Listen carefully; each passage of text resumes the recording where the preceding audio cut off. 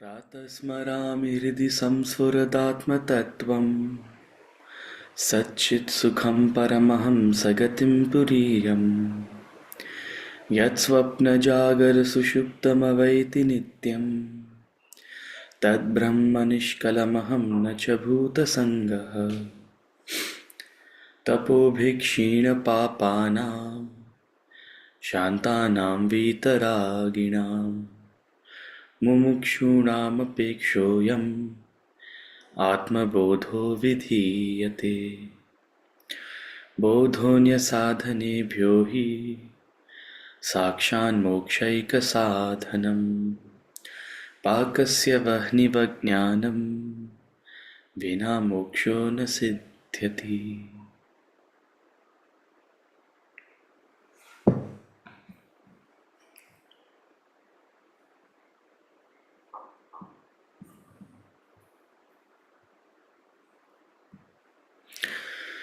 We'll chant from verses 16 to 20.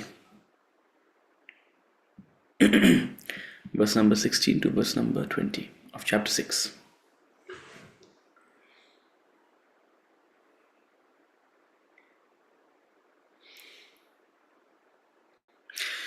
नात्यश्नतस्तु योगोऽस्ति न चैकान्तमनः श्रतः न चाति स्वप्नशीलस्य जाग्रतो नैव चार्जुन। नात्यश्नतस्तु योगोऽस्ति न चैकान्तमनश्नतः न चाति स्वप्नशीलस्य जाग्रतो नैव चार्जुन।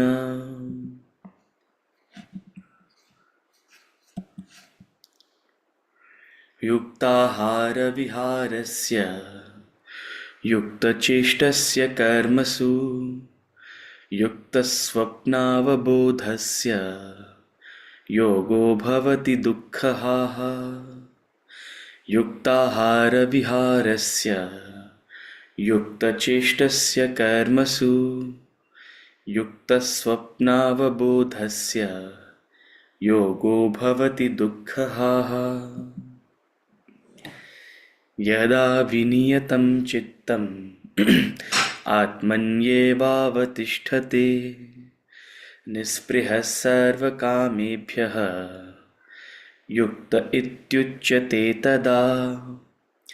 यदा विनियतं चित्तम् आत्मन्येवावतिष्ठते निःस्पृहः सर्वकामेभ्यः युक्त इत्युच्यते तदा। यथा दीपो निवातस्थः नेङ्गते सोपमा स्मृता योगिनो यतचित्तस्य युञ्जतो योगमात्मनः। यथा दीपो निवातस्थः नेङ्गते सोपमा स्मृता योगिनो यतचित्तस्य युञ्जतो योगमात्मनः। यत्रो परमते चित्तं निरुद्धं योगसेवया यत्र चैवात्मनात्मानं पश्यन्नात्मनि तुष्यति। यत्रो परमते चित्तं निरुद्धं योगसेवया यत्र चैवात्मनात्मानं पश्यन्नात्मनि तुष्यति.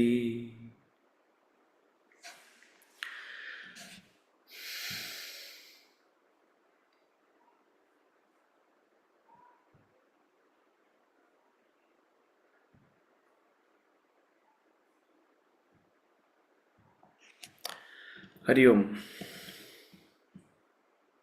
Hari Om. Hari Om, sir. Hari Om. Hari Om. Hari Om, sir. Hari Om, sir. Hari Om.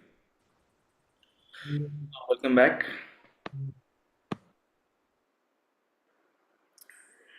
We continue with chapter 6 of the Bhagavad Gita.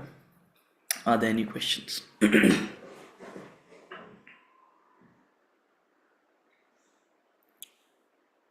Yes, Rashmi.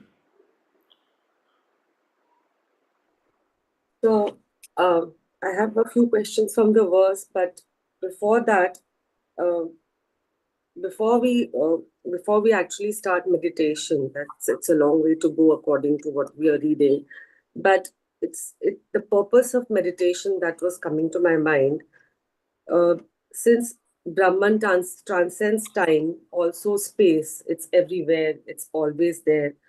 Is before a person, is Lord Krishna trying to make us understand that, forming a habit in us, that a small allotment of time, since we are always entangled in the world, this purpose is to, like, like 30 minutes in the morning you meditate, or a space is what I'm understanding, that a special space has to be made for meditation. Is it trying to discipline us? Is the purpose? This was one question which was coming to my mind. Is it linked? Okay. Next question. Next question is, this fact that, does minimalism help? Like, first, before going towards meditation, does it help to be first, like there's mention of solitude, fearlessness, then not looking around. So this question also came to me, that does first, before entering meditation, do we first become become more introvert and also calm? That is there, that being calm and everything, I'm understanding all that, but does minimalism also help? These are the questions which are coming to me before embarking.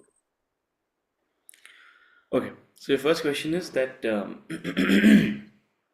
in terms of a discipline, allotting a time, allotting a place, etc., etc. So meditation is a sacred practice, right? Just like any spiritual discipline, right? Right now we're in this class, we're allotting a certain time to it, a certain place to it. You're not sitting in a noisy place. We don't have phones buzzing, or we don't have other distractions, right? Because we are understanding that we are coming to do something meaningful, serious, and we'd like to devote our attention to it. Same is with meditation. It's just that meditation is a much more introvert activity. What we are doing here right now is an extrovert activity to some extent. We are engaging, we are discussing, we are meeting with other people. Far more introvert than what most other activities are, but still extrovert in that sense. Meditation is when you reach a sufficient level of understanding and inspiration. You don't need this class and this discussion any longer. You are able to bring your thoughts in focus, right? That's a certain stage. But yes, you carry on that with that discipline, with that intention, with that sense of sacredness of the practice. And as we have said before, that the early hours of the morning are the most conducive to start such activity, right? Simply because your own constitution, your own nature supports it. As you go through the course of the day, the body and the mind become more and more distracted and more lethargic. It's just nature. Your mind in the morning is much more sharp than in the afternoon and the evening. Your mind in the morning is far more serene than in the middle of the day. Not only your own mind, but the world outside you is also far more conducive to allow you to be by yourself. Right? The moment it's 9 o'clock, markets will open metaphorically. Right? So that's why we dedicate a certain time, because we want to, because what is central to meditation, what we've discussed, is no distraction. Just like no distraction in this class, right? No distraction in this class, heightened amount of no distraction when it comes to meditation. Only because it's so easy for the mind to, suppose someone comes on camera right now and sits like this and starts scratching themselves. All of you will start staring at that person. Hey, what are they doing? It's a class. I am talking about Atman Brahman out here, and all your attention is gone into that. So, even in a class like this, a loss of attention will defeat the purpose. But it's not a make or break. I can shut the video from here and I can bring your attention back. In meditation, it's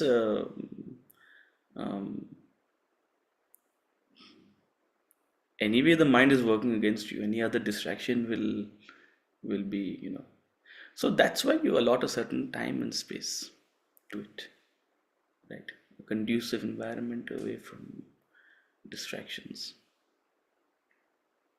And as you said, you gradually turn meditative.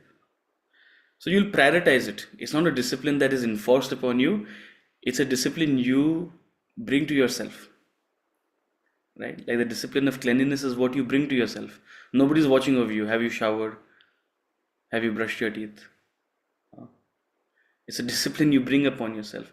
Similarly like that, any spiritual practice, and particularly meditation, through your own conviction, through your own effort and intention, you will bring to that, to the fore. Eventually, when you're an expert meditator, you're meditating all the time. It becomes what do you do for a living? I meditate. But yes, to start, a certain time of the day, a certain intention, maybe even a certain mantra or a certain deity that you wished. So there are various such recommendations and guidelines, which of course we don't go into detail out here. In this class, we are far more interested in the preparation rather than the practice, because talk is cheap. Talk is cheap. You want to become meditative through yoga, karma, bhakti, jnana. Okay. Second question was, what was the second question? Does minimalism help? Like, Does minimalism help? You become minimal, right? Minimalism will not necessarily, I mean, I don't see a cause and effect relationship in the sense of like, oh, minimalism will help you meditate. No, you become minimal as you turn meditative. Minimalism will help you fight all your complications in life right now. Shed some load. You enter into someone's house and it looks like a museum. That said, our culture, we've always celebrated abundance in nature, right? You look at Indian architecture, Indian art, we're not Scandinavian. Minimalism after a point gets boring. It's more celebratory. It's an utsav, right? So on the one hand, simplicity is very important. On the other hand, the celebration and appreciation for the abundance of life, abundance of nature is also very much a part of it. So I don't see that it's necessarily a cause and effect relationship. You become minimal, you become simple in your head as you progress on the path. And as we said, you can't give up anything. You can only take up something higher. So don't worry about becoming minimal. You take up what is more meaningful, automatically what is pointless will get left behind. And far more than outward simplicity will be an inward simplicity. You won't be complex, you won't be complicated, you won't. uh, in the beginning, it'll be frustrating because everyone else is so complicated and you're so simple. And you'll be, let's be simple, guys, let's be simple, man. Why are you so complicating? Eventually, you'll understand that this is what people are and let them do what they have to do. I'm happy being simple in my head. It's drama you'll watch around you. Life is an endless drama. Enjoy it. Don't try to simplify it. People will simplify life for themselves whenever they are ready. But you become a lot more simpler in your head. You will see helplessly how people make simple situations complicated. You will see helplessly how people may not necessarily be the cause of their problems, but they certainly perpetuate their own problems. You know, but you become simpler in your head. Hmm. Okay. Further questions? Thank you, sir. I just have one more question from the verse 14. Verse number? 14. Okay. So from here, this whole paragraph, it envisages a natural control over the senses because of one's appreciation of and identification with the higher values of life.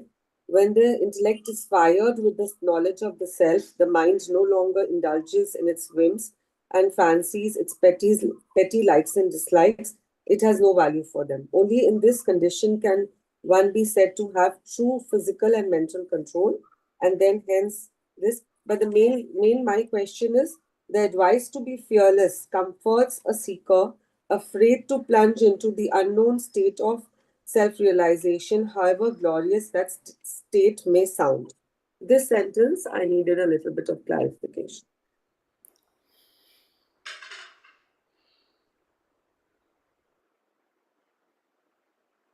What's the question? No, here, this thing that the advice to be, it comforts a seeker afraid to plunge into the unknown state of self-realization, however glorious. This, can you explain it further for me? Like, is my question? No, I'm asking. What do you want to be explained? I'm just putting it back into Why you. this word? Why the advice to be fearless? Why? What is so scary? What is scary? It's not scary to you? It's the whole thing is scary, but I'm not scared. I'm just not sure. Like I have doubts. I'm not scared, I think. Self-doubt definitely in this journey, but not I'm not scared.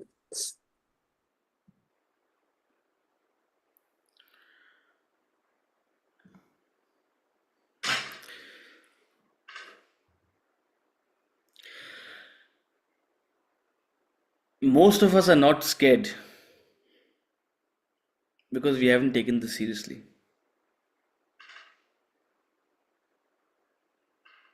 See, there can be two reasons why you're not scared. Either you're enlightened or you're not taking this seriously. ठीक है, अभी तो बहुत दूर है, उसके बारे में बाद में सोचेंगे. But any seeker who actually plunges into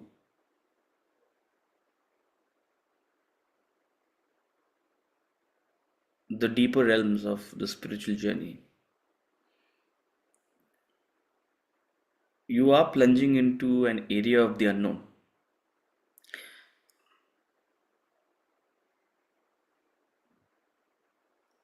And it's generally a strong pull. You don't know what's right, you don't know what necessarily stands ahead of you, but you know that where you are isn't right, or where you are isn't exactly where you want to be, or just where you want to be. It's like taking any decision in life which is very path breaking, like the decision to study something, or the decision to get into a certain career. There's a lot of fear that one can feel. Why? Because they're plunging into the unknown. How will it be? Will it work out? What will it look like? You have a certain anticipation or an imagination of what it can be, but will it actually be like that? Right? So, particularly on the spiritual journey where things are so abstract, at least in a normal mundane career, you have some yardsticks to go by. You have some measurable sort of outcomes. Here is something which is quite incomprehensible. And beyond the point, you don't have anything except the word of a master to go by, or the word of a scripture to go by.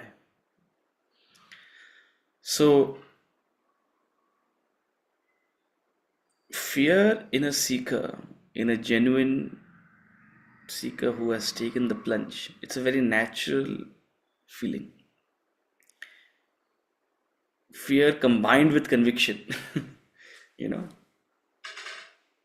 right? On the one hand, there is a conviction, I need to do this. On the other hand, there's a fear. But what will happen? It's like Arjuna's question. What if like a cloud? What if like a cloud I will give away everything that I have, but also disappear myself? What will happen? Huh? Is this all theory? Is there actually such a thing? So there's a lot of fear, and it's a very noble fear, no doubt. So here the Lord is giving that assurance. Don't worry. Be fearless. Be fearless and plunge into it. I assure you there's something at the end of it. Be fearless and enter the tunnel. There is light at the end of it.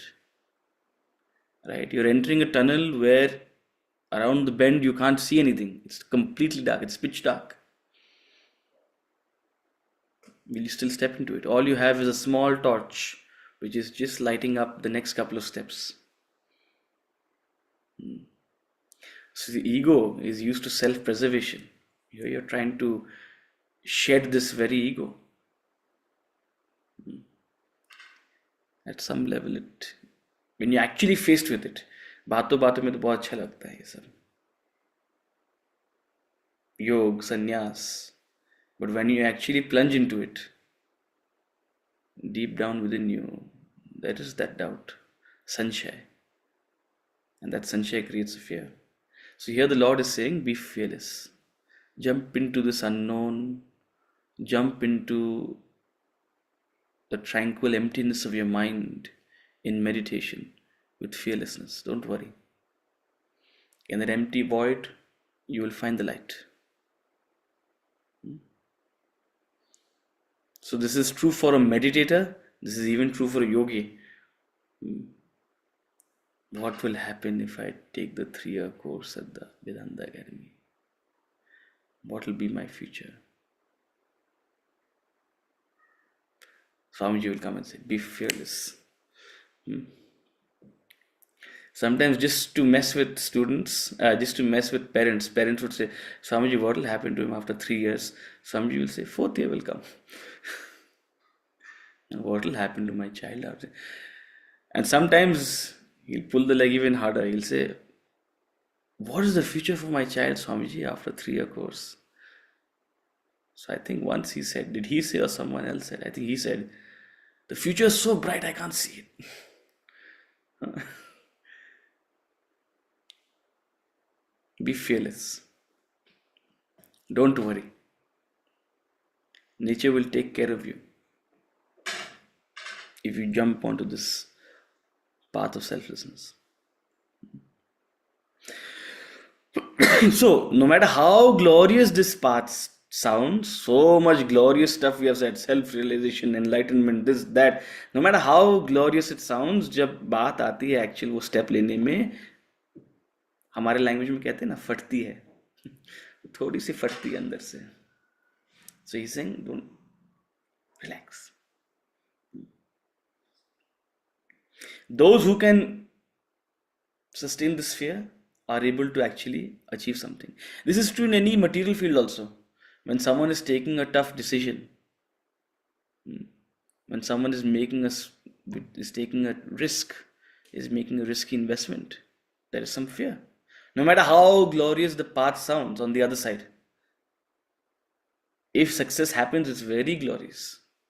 But actually, bridging that gap between where you are and that point of success, it requires taking certain decisions, certain risks.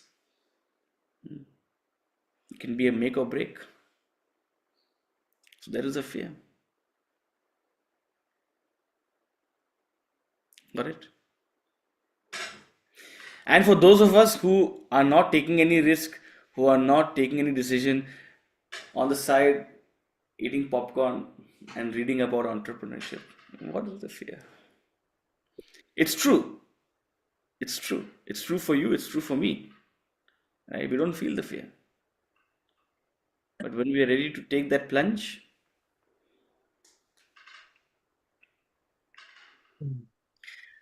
also the extent of your conviction and your surrender will automatically take care of the fear. That's also true. If you have developed a spirit of surrender, that fear will automatically get doused. The fire of fear will automatically get doused by the surrender in you. It's beautiful. Beautifully explained, sir. Okay. Thank you. Any more questions?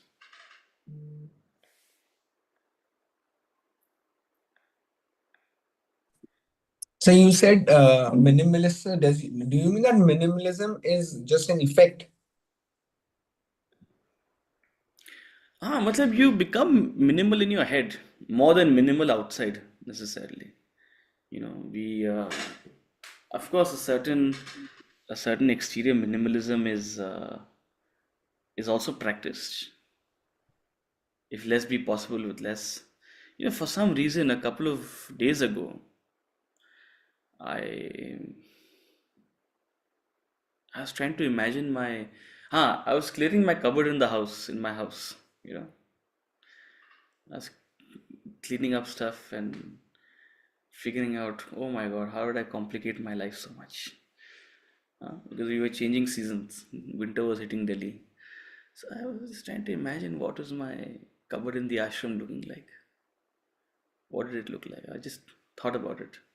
And yesterday I was at the ashram also. Yesterday and day before yesterday I was at the ashram also. So I had the pleasure of going back to my room where all the trouble started. I saw the cupboard. 3 pairs of clothes. 3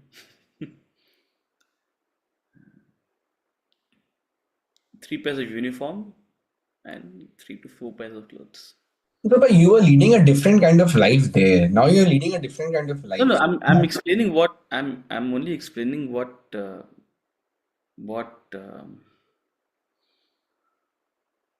how minimalism helps. That was the question, right? So when your focus is on something, everything else takes a back seat. That's all we're saying, right? So certainly when you want to put a certain amount of focus into learning you can say the art of detachment or the art of some of the spiritual values, yeah, you are expected to practice a little bit of minimalism, a little bit of restraint, a little bit of self-regulation, a little bit of simplicity, a little bit of titiksha, right? But it's not something that is glorified as, oh, possessing is bad. right? It's only to teach you a few lessons. One of the most primal lessons being you can do without it. That's the most important lesson we have to learn. That possessing is not the problem, but a lot of us possess with the fear of losing what we possess. That's the problem. Possess fearlessly. Why? Because you should know deep down that you can do without it. That's the beauty. Hmm.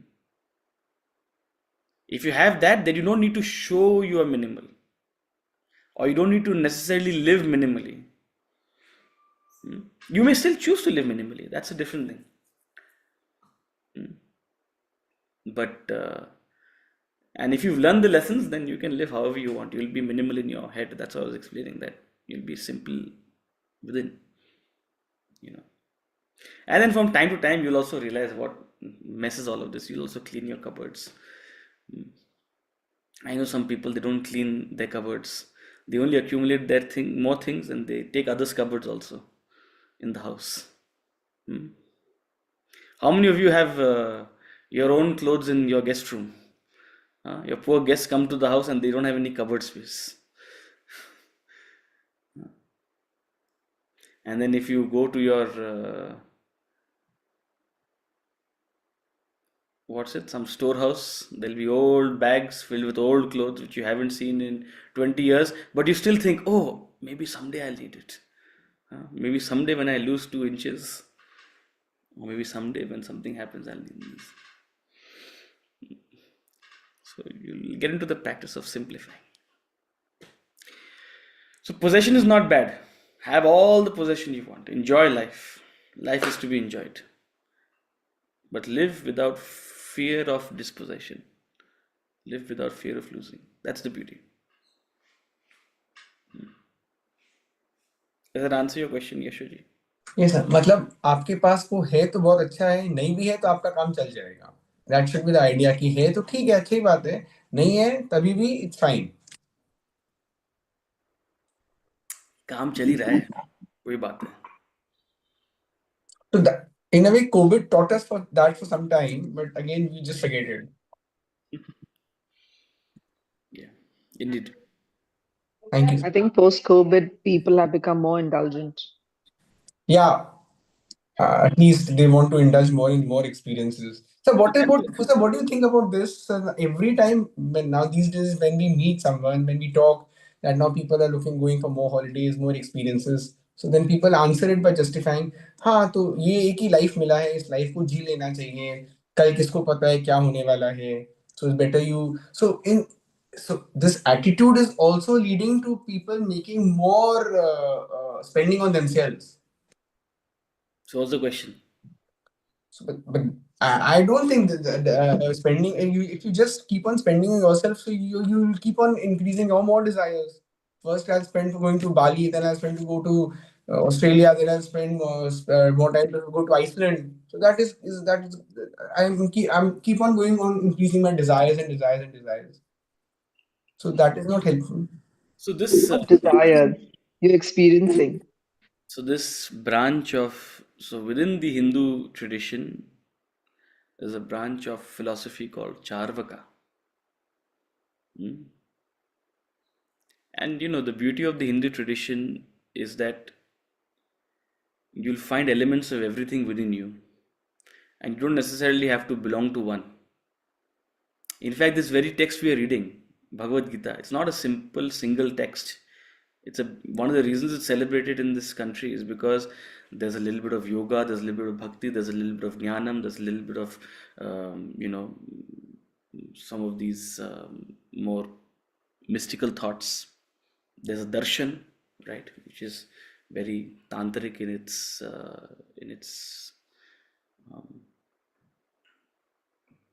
sources.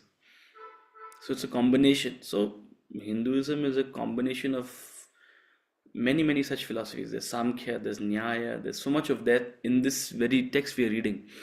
So it's not just one school of thought. And whichever school of thought appeals to you, it's like saying whichever chapter of the Bhagavad Gita appeals to you. Every different chapter gives a different flavor of a philosophy. Chapter 3 will talk about Karma Yoga. Someone who loves chapter 3 will not be able to make sense of chapter 15. Chapter 3, my favorite chapter, chapter 3, best chapter. And chapter 15, sir के ऊपर से चला गया. Some people will be chapter 3 is okay, good, but I love chapter 15. So different philosophies based on your nature, temperament, your stage. Similarly, Charvaka is a certain stage of a person's life, of a person's spiritual journey. And it's not necessarily to be dismissed, it's meant to be understood that this is what the person is prioritizing today. So most of us, by default, are Charvakas. Charvaka means, ये सब भूल जाओ. Life is to be enjoyed. I read a, I don't know if it is coming from an original text or if it's just something that has been, you know, I was watching a video a couple of days ago on Charvaka, in fact, and they saying there's a bar in Indore or Nagpur or some bar, some place in India where they have this sort of mantra written, Charvaka mantra. Now, I don't know if that is something that they made up, because they are Sanskrit enthusiasts. So they are in fact maybe mocking a different Sanskrit verse, or whether it's actually a verse in the Charvaka text, which will be hilarious. If it is actually a text, if it is actually a mantra, it will be hilarious. But, some of you may be familiar with the Charnamrit mantra, right? Akal mrityu haranam sarva vyadhi vinashanam Vishnu padodakam pitva punarjanmana vidyate. So may I, through your blessings, lie on your feet, O Vishnu, and once I lie on your feet, your lotus feet, there'll be no other life. Punarjanmana vidyate. I'll exit the cycle of birth and death. So the Charvaka verse imitated this last line, Punarjanmana vidyate, there will be no life. And it went something like, drink today, drink tomorrow, drink merrily, because Punarjanmana vidyate. So it's, but it's okay. This is what, and outside this classroom, this is what some of us also maybe, truly believe deep down inside, right? Our job in a class like this is to not judge and dismiss others' perspective. Forget others. Even within us, it's not to judge and dismiss certain habits or certain perspectives. Our job in a class like this, our job through studying spiritual texts, is to open our eyes to the mystery of life. To realize that there are more questions than there are answers. To realize that, is there another life, or is this the only life? I don't know.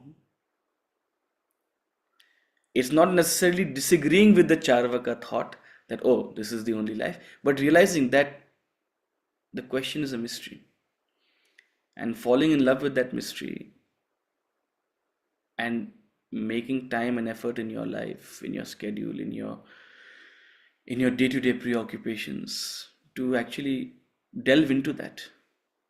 That could include scriptural study, that could include certain practices, devotional practices, certain sadhanas.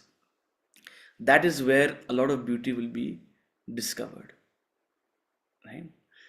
So people are going for more holidays, people are finding all well and good. Just find some time in the course of the day while you enjoy life. Life is meant to be enjoyed. While you enjoy life, make sure you find some amount of time to delve into some of these thoughts which we talk about in classes like this, because it will only open your mind up. It will only expand your mind. It'll make you realize that maybe what you thought was not entirely true. Maybe there's more to life than you imagined. Maybe the nature of the world is different than what you imagined. So we're all Charvakas in that sense. We're all chasing that better experience. We're all chasing that. We all have that fear. Oh, what if I miss out on it, right? Whilst you're your childlike mind is navigating all of those things, make some time for some inquiry. So your question was, what do you think about this? This is what I think about this. We are all Charvakas. Just as we are all yogis, a little bit of yoga is in us, which brings us to this class. Similarly, we're all Charvakas as well. Okay. So a beautiful verse number 16 coming up right now. Having talked about the actual seat of meditation, he reiterates verse number 16 and 17, the path to that seat, right? So notice the amount of emphasis on preparation, notice the amount of emphasis on the journey up to the stage of meditation, right? So who actually ends up reaching the state of meditation, who actually ends up reaching the state of enlightenment, or whatever you want to call it? Verse number 16 and 17, we'll take it together. Natyash natastu yogosti न चैकान्तमनश्नतः न चाति स्वप्नशीलस्य जाग्रतो नैव चार्जुन युक्ताहारविहारस्य युक्तचेष्टस्य कर्मसु युक्तस्वप्नावबोधस्य योगो भवति दुःखः. So verse number 16, he says, yoga is not for him, verily, yoga is not for him who eats too much or does not eat at all, for him who sleeps too much or keeps awake, doesn't sleep at all, O Arjuna. To him who is regulated in eating, in recreation, who is regulated in action, who is regulated in sleep and waking, yoga becomes the destroyer of sorrow. So, just like we said a few minutes ago, that there are very many branches to sort of philosophical thought within the Hindu tradition, and yoga is probably definitely one among them, and perhaps the most applicable to the majority of the population, right? Some people may require more than yoga or different than yoga, but for 99% of us, yoga is the most reliable and the most appropriate path, right? Whatever we've been talking, whatever states of being we've been describing, whatever virtues we've been discussing and aspiring to achieve, all of those will be achieved only through the actual practice of yoga, the practice of karma, bhakti, and jnana yoga, and hatha yoga, and asana yoga, whatever, in our day-to-day lives. It's a gradual, it's like a marathon, a slow and steady process rather than an overnight sprint, right? And in this process, so much emphasis has been placed upon doing your duty. So much of your emphasis has been placed upon not necessarily turning upside down the life you live, but making small incremental changes, right? So much emphasis has been placed upon practicing what you preach, or rather only preaching what you practice, and slowly bringing this knowledge to life through your own experiences. And all of this will only happen when you are regulated in your life, right? Now, there are certain practices within our tradition which talk about severe austerities, which talk about some crazy things you have to do, right? But yoga doesn't talk about all of that. Yoga is not meant for someone who eats too much or doesn't eat at all. Neither can, if you are too indulgent in the world, eating of course can be taken as physical eating or even symbolically. Eating can be any indulgence in the world. If you're too indulgent, if you're too involved, if you're too charvaka in your thought, yoga is not for you. Yoga will not have any effect on you. Also, if you eat too little, if you perform terrible austerities, If you deny yourself, in a way, COVID was that experience, right? In a way, everything was taken away from us. There's nothing to eat, nothing to indulge in. What happened? It rebounded as a severe indulgence. So, in a way, eating too much or eating too little are two sides of the same coin. Too much emphasis is being placed on what is being eaten, when you realize what is being eaten is not that important. What is being perceived is not that important. What makes me perceive? The whole beauty of the yogic practice is to bring your attention to not what is being perceived, but what makes me perceive. Please go back to chapter 4. If you can go back to the 12 yajnas, and bring your attention back, maybe after this class, take a moment or two to go back to chapter 4, verse number 25, 26, 27.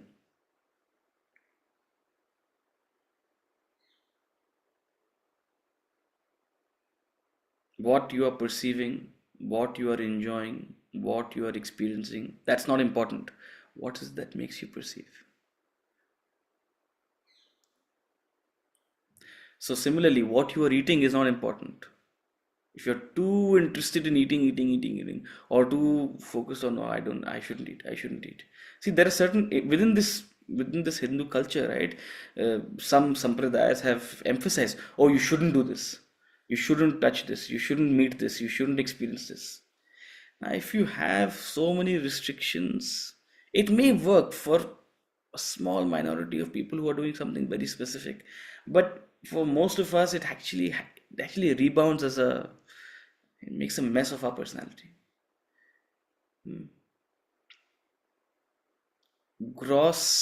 Too much of abstinence actually rebounds as frustration, as repression, as a rebellion. So if you want to bring about a change in your personality, don't eat too much, don't eat too little. Eat in a regulated way. Create your own boundaries, set your own discipline. If you want to make a change, that change won't happen overnight. Change will happen incrementally. Similarly, one who sleeps too much or keeps awake. Sleeping too much is is tamas. Keeping awake is rajas. Sleeping too much is totally disinterested. Keeping awake is overly interested.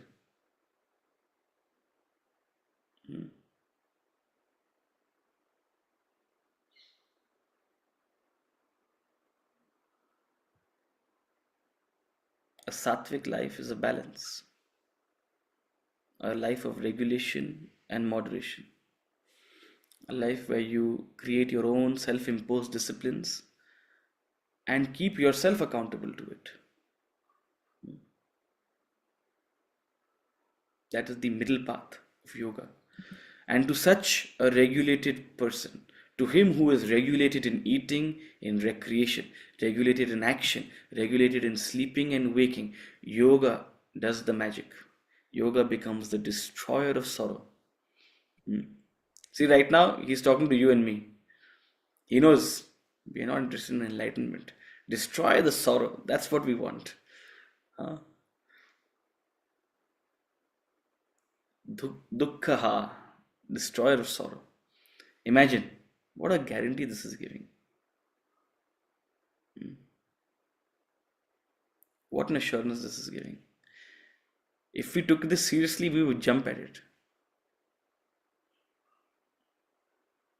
All our actions, all our pursuits, all our hopes and aspirations, we're actually doing to avoid sorrow, isn't it? Even our search for happiness is to avoid sorrow. That's the funny part. I must raise my children well. Why? Otherwise, there'll be sorrow. If we don't do it, there'll be sorrow. If we don't do it, there'll be a problem. So all our pursuits, one way or the other, whether mundane or spiritual, we are trying to achieve sukham to avoid dukkham. Sukha prapti for dukkha nivriti. Yoga is that potent antidote. It's that potent medicine which will destroy all sorrow. It will simplify the whole thing. Sir, here yoga is referring to Jnana Yoga or it is referring to all the yoga? All the yogas, the entire practice of karma bhakti jnana. When you bring your jnanam to practice, when you bring the jnanam to karma, when you invoke bhakti within you, the kind of person you become,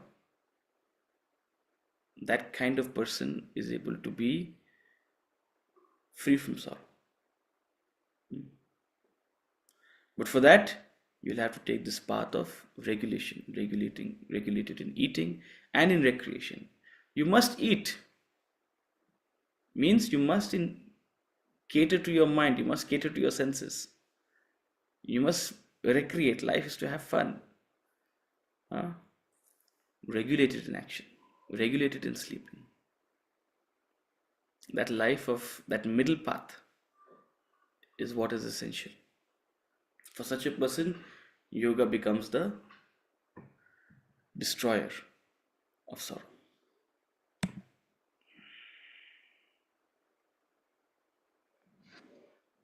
Verse number 18. Yada viniyatam chittam atmanyevavatisthate nisprihah sarva kamebhyah yukta ityuchyate tada.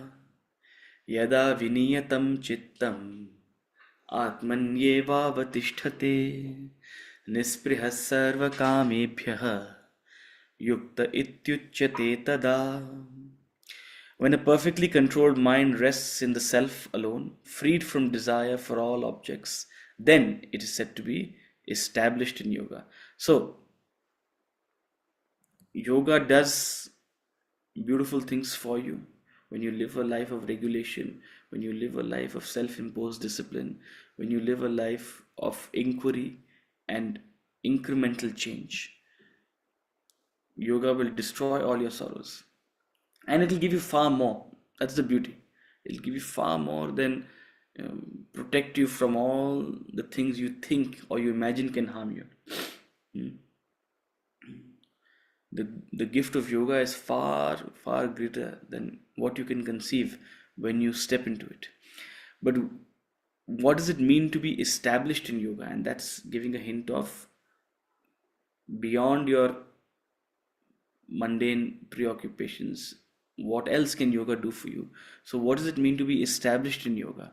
When a perfectly controlled mind rests in the self alone, freed from all desire, for all objects, then it is said to be established in yoga. Earlier in the chapter, he used the phrase yoga rudha. Who is a yoga rudha? Now he's using the term yukta. Who is a yukta? Established in yoga, firm in yoga. First and foremost, your mind becomes perfectly controlled. It's not oscillating. It's not facing bursts of inspiration and then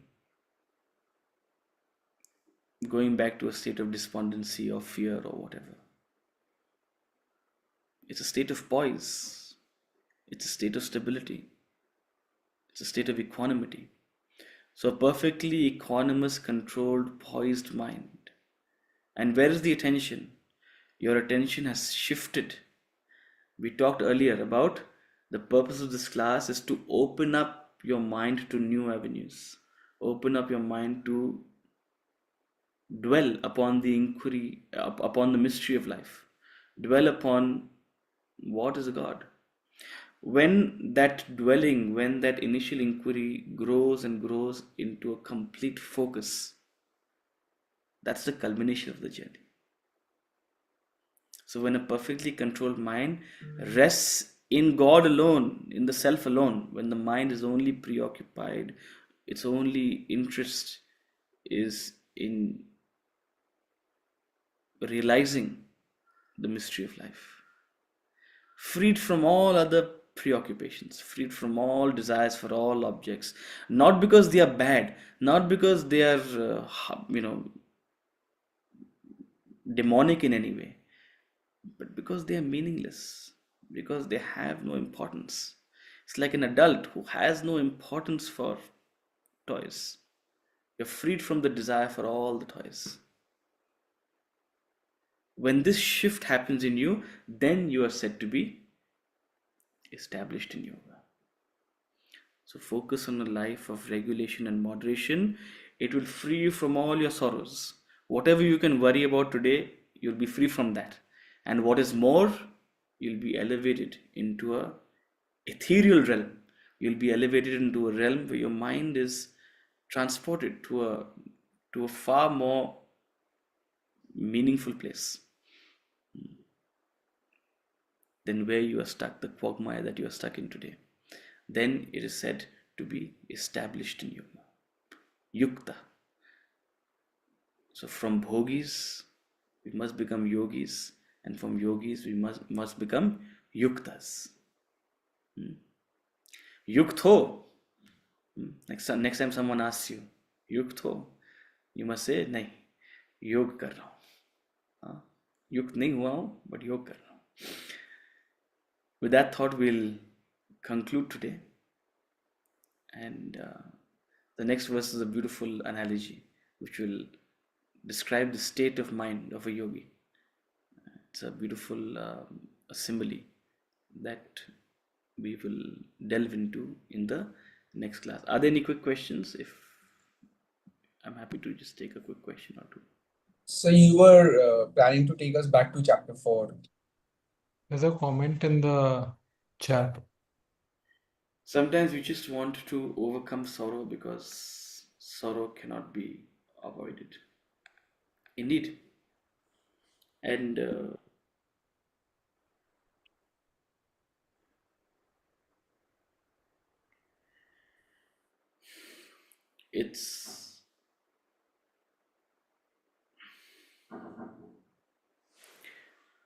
sorrow cannot be avoided. Sorrow is a part and parcel of life. And that's what makes this verse even more meaningful, right? That here is a knowledge that will hold you and protect you and guide you to navigate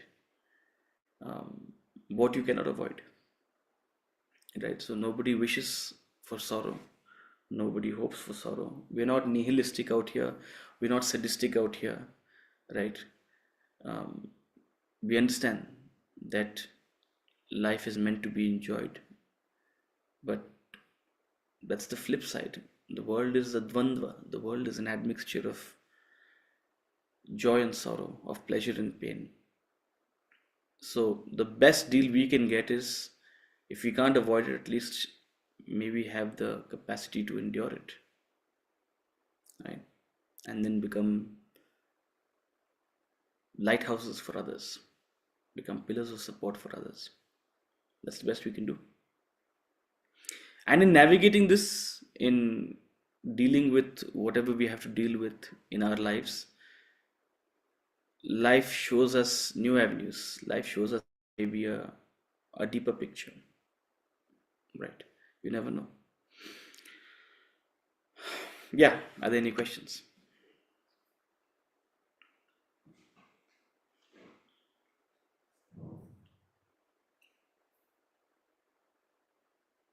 Okay. If not, we'll see you on Thursday. Thank you so much for joining, and Thank Hari you Om. so Have a much. good day. Thank you. Thank you, sir.